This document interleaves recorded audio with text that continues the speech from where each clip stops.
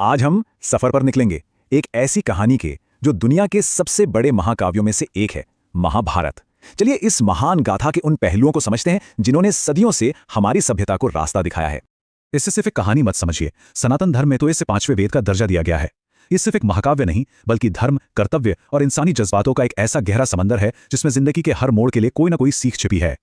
जरा इसके आकार का अंदाजा लगाइए, 1,10,000 से भी ज्यादा श्लोक। मतलब ये कोई छोटी मोटी किताब नहीं, ये अपने आप में एक पूरी दुनिया है। तो सवाल ये उठता है कि आखिर ऐसा क्या हुआ, कैसे चचेरे भाइयों के बीच का एक झगड़ा इतना बड़ा हो गया कि उसने इतिहास के सबसे विनाशकारी युद्धों में से एक को जन्म दे दिया। आइए इसी सवाल का जवाब ढूंढते हैं। तो चलिए कहानी की शुरुआत करते हैं कुरु वंश से। और इस कहानी को लिखा किसने? खुद महर्षि वेदव्यास ने, जो इन सारी घटनाओं के साक्षी थे।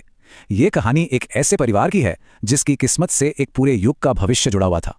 देखिए, इस बड़े युद्ध की जड़ें लड़ाई के मैदान में नहीं, बल्कि कई पीढ़ियां पहले हस्तिनापुर के सिंहासन से जुड़े एक फैसले में छिपी थीं। एक ऐसा फैसला जिसने इतिहास का रुख ही मोड़ दिया। ये प्रतिज्ञा थी राजकुमार देवव्रत की, जो अपनी इसी कठोर प्रतिज्ञा की वजह से भीष्म कहलाए। अपने पिता की खुशी के लिए उन्होंने राजपाट तो छोड़ दिया, लेकिन अनजाने में ही उन्होंने सिंहासन के लिए एक ऐसा खालीपन बना दिया जिसने आगे चलकर एक बड़े संघर्ष को जन्म दिया। और अब आते हैं कहानी के दो अहम किरदारों पर, धृतराष्ट्र और पांडु। देखिए, धृतराष्ट्र बड़े तो थे, पर जन्म से नेत्रहीन होने की वजह से राजा नहीं बन पाए, और पांडु एक महान योद्धा होते हुए भी एक श्राप के कारण राज नहीं कर सके। और इन्हीं के बेटों के बीच होनी थी सिंहासन की असली लड़ाई। अब कहानी आ पहुंचती है अगली पीढ़ी पर, और यहीं से दुश्मनी की आग और भड़क उठती है। एक तरफ थे धृतराष्ट्र के 100 बेटे कौरव, और दूसरी तरफ पांडु के 5 बेटे पांडव। जो बचपन की छोटी मोटी नोकझोंक थी, वो अब एक खतरनाक दुश्मनी का रूप ले चुकी थी। तो एक तरफ थे धर्म के रास्ते पर चलने वाले 5 पांडव भाई, जिनकी अगुवाई कर रहे थे युधिष्ठिर, और दूसरी तरफ दुर्योधन और उसके 99 भाई, जो जलन और लालच से भरे हुए थे। और यहीं से ये दुश्मनी खूनी हो जाती है। वाराणवत में कौरवों ने एक बहुत ही भयानक साजिश रची। उन्होंने पांडवों को लाख के बने एक घर में ठहराया, जिसे वो रात में जलाकर उन्हें खत्म कर देना चाहते थे। किसी तरह पांडव तो बच निकले, पर इस घटना ने दोनों के बीच नफरत की खाई को और भी गहरा कर दिया।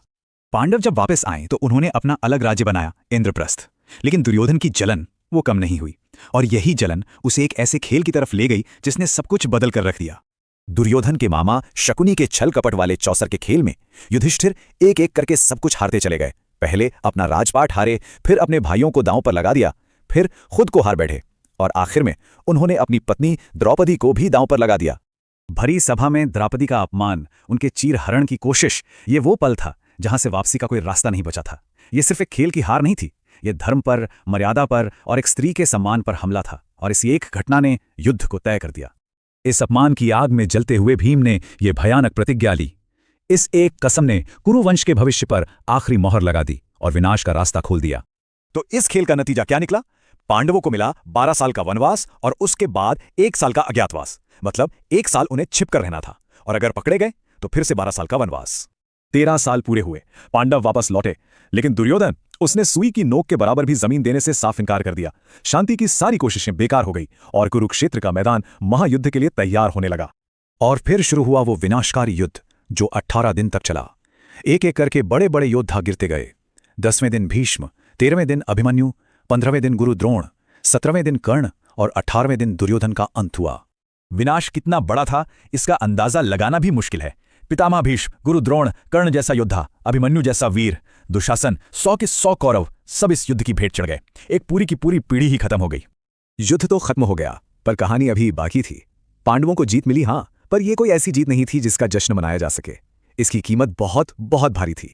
जरा इन आंकड़ों को देखिए। कौरवों की तरफ से सिर्फ 3 लोग जिंदा बचे, और पांडवों की तरफ से 5 भाई और सात्यकी। मतलब पूरा कुरुवंश ही लगभग खत्म हो गया था। अपने 100 बेटों की मौत से दुखी कौरवों की मां गांधारी ने भगवान कृष्ण को श्राप दिया। श्राप यह था कि जैसे कुरुवंश का नाश हुआ, वैसे ही उनका यदुवंश भी आपस में लड़कर खत्म हो जाएगा, यानी एक और महाविनाश की भविष्यवाणी। तो ये जीत कैसी थी? युधिष्ठिर को एक ऐसा राज मिला जो विधवाओं के रोने और अनाथों के आंसुओं से भरा था। इस जीत का बोझ इतना ज्यादा था कि आखिर में उन्होंने सिंहासन ही त्याग दिया। और कहानी का अंत होता है पांडवों की आखिरी यात्रा से। राजपाट, दुनिया, सब कुछ पीछे छोड़कर वो हिमालय की ओर चले गए, क्योंकि जिस जीत के लिए सब कुछ दांव पर लगाया, उस जीत में उन्हें कोई शांति नहीं मिली। और आखिर में महाभारत हमें इसी एक सवाल के साथ छोड़ जाता है, क्या कोई भी जीत इतनी बड़ी हो सकती है कि उसके लिए इतनी बड़ी कीमत चुकाई जाए? ये एक ऐसा सवाल है जो युद्ध, न्याय और जीत के असली मतलब पर आज भी हमें सोचने पर मजबूर करता है।